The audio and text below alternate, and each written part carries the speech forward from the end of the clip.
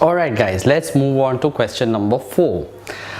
Now the level goes up a little bit. I hope you got this right. So the question is n equal to minus 2 power x, where x is a negative integer. M is the difference between the highest and the least value of n. Quantity A, m, and quantity B, 3 power 4. Again, I've given you a quantitative comparison question. You have to compare the columns, which is A bigger or B bigger, or are they equal or cannot be determined.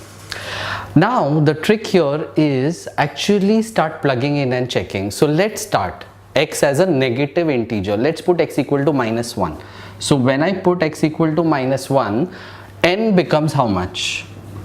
Okay, so if I put x equal to minus 1, n will become minus 1 by 2.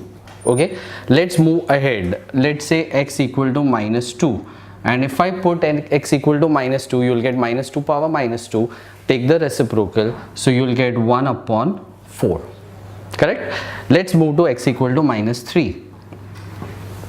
So if I put minus 3 over there, again the rule of exponents, it gets reversed. So you'll get n equal to minus 1 by 8. Okay, let's move ahead. X equal to minus 4.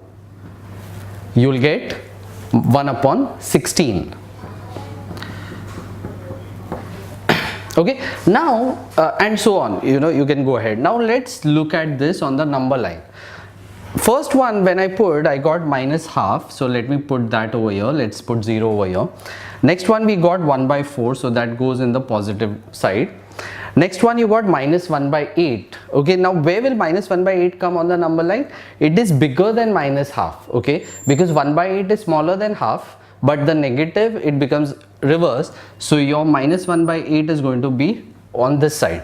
1 by 16 will be lesser than 1 by 4. So 1 by 16 will be somewhere here. And as you go ahead, you'll find all of the other values are between this and this. Okay, so the maximum value is 1 by 4.